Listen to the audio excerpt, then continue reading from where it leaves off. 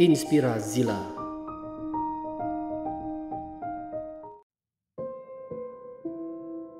Di suatu desa, seorang wanita menangis terseduh-seduh di rumahnya. Beberapa hari sebelumnya, dia telah kehilangan suaminya. Hari ini, anak satu-satunya juga meninggal dunia. Dia sangat sedih karena dia menaruh semua harapan pada anaknya.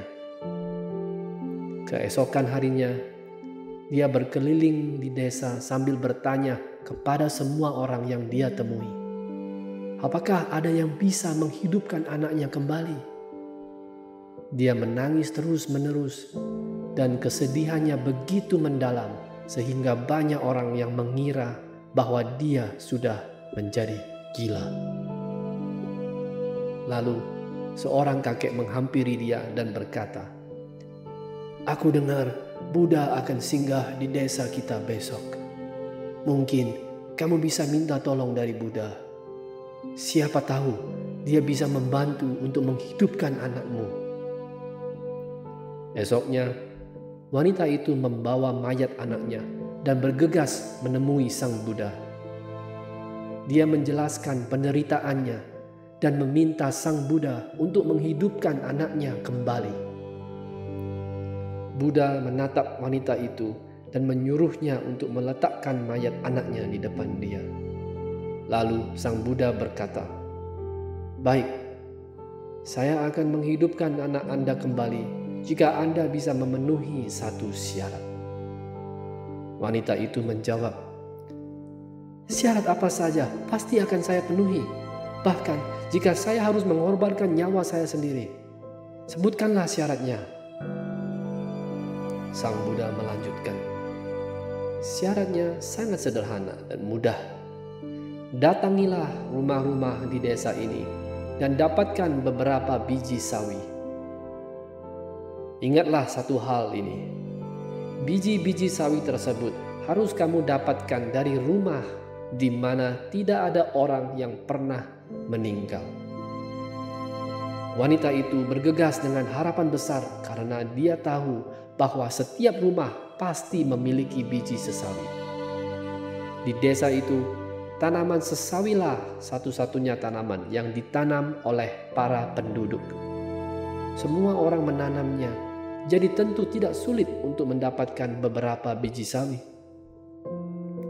Wanita itu mengetuk banyak pintu rumah dan semua orang mengatakan hal yang sama. "Kami ada banyak biji sawi. Tentu kami bisa memberikan beberapa biji kepada kamu, tidak masalah. Tapi sudah ada yang pernah meninggal di rumah dan di keluarga kami." Setelah mengetuk hampir semua rumah di desa tersebut, wanita itu perlahan-lahan sadar. Akhirnya dia menyadari kematian adalah hal yang tidak bisa dihindari. Kematian akan terjadi kepada siapapun. Tidak ada orang yang bisa lolos dari kematian. Ketika dia kembali ke hadapan Sang Buddha, mayat anaknya masih terbaring di depan Buddha, dan Sang Buddha masih menunggunya.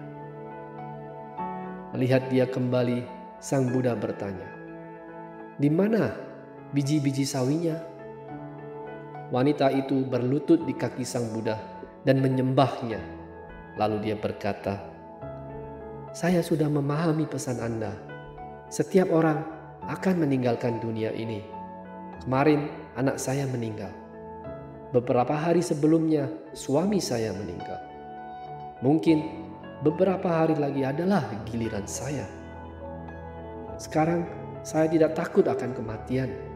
Saya tidak ingin menghidupkan kembali anak saya karena saya tahu itu adalah hal yang mustahil. Saya ingin belajar tentang pencerahan dan kedamaian hidup." Buddha berkata, "Itulah tujuanku menyuruhmu mencari biji-biji sawi tersebut.